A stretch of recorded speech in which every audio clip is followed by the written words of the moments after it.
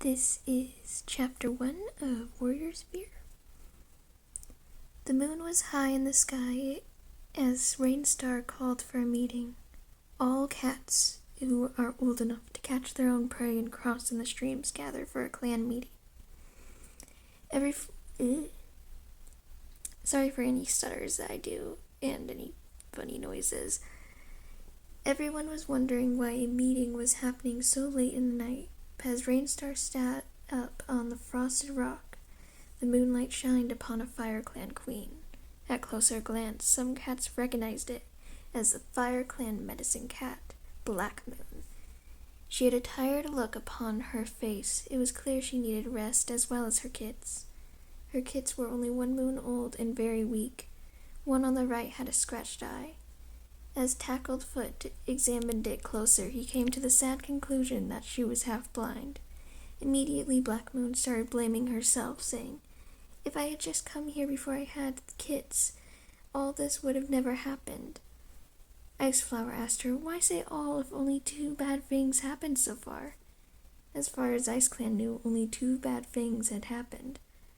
Black Moon then explained that she had 3 kits, but Ember Kit was brought back to Fire Clan by Whitepaw, the deputy's apprentice, and the guard that night. Rainstar then cut her off by saying, "Well, enough explaining. You need rest along with your kits. In the morning we'll try to figure things out. Don't get your hopes high about being a queen again, a medicine cat again.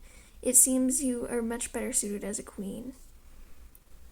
The next morning, Black Moon awoke as the dewdrops dribbled onto her muzzle. Seeing that her 2 daughters were still asleep, she waited for Iceflower to return, as it seemed she had gone out of the nursery for prey. Black Moon couldn't help but wonder who the father of her friend's kits to come were. But she did assume that it was one of Firestar's sons, as she and her would chat with them at gatherings. It was most likely be Fire Meadow instead of Flamescar, as Iceflower always was closer to Fire Meadow.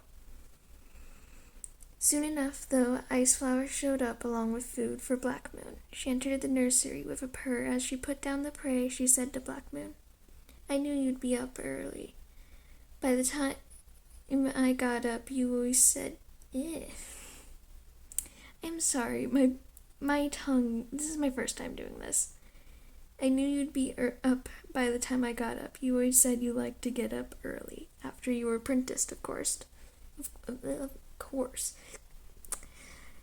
Black Moon chuckled. She then asked, "Iceflower, do you think my kit will be a medicine cat?"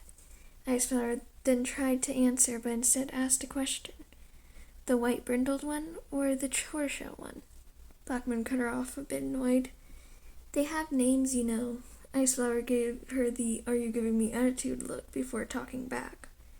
"I'm not going to be the one who never told the names of her kits to her clanmates. What are their names, though?" Black Moon responded, "Silver Kit is the tortoiseshell, and Brindle Kit is the white brindled one." Iceflower then said, "Well then, to answer your first question, then I don't really know. Like, there are blind warriors, but it depends on how good her depth perception and sight is." Right as Black Moon was going to respond, an angry yowl came from the elder's den. "Will you 2 keep it down? It's 5 in the morning. There's an elder trying to sleep." Black Moon then said to Iceflower, "Still the good old grumpy Frozenfoot?" Iceflower answered, "Yep, same old grumpy Frozenfoot." Frozenfoot said in the distance, "I heard that." The 2 queens watched the sun fully rise to the sky as more and more cats started to wake. And that was Chapter 1. If you like this, I'll do it again. Bye!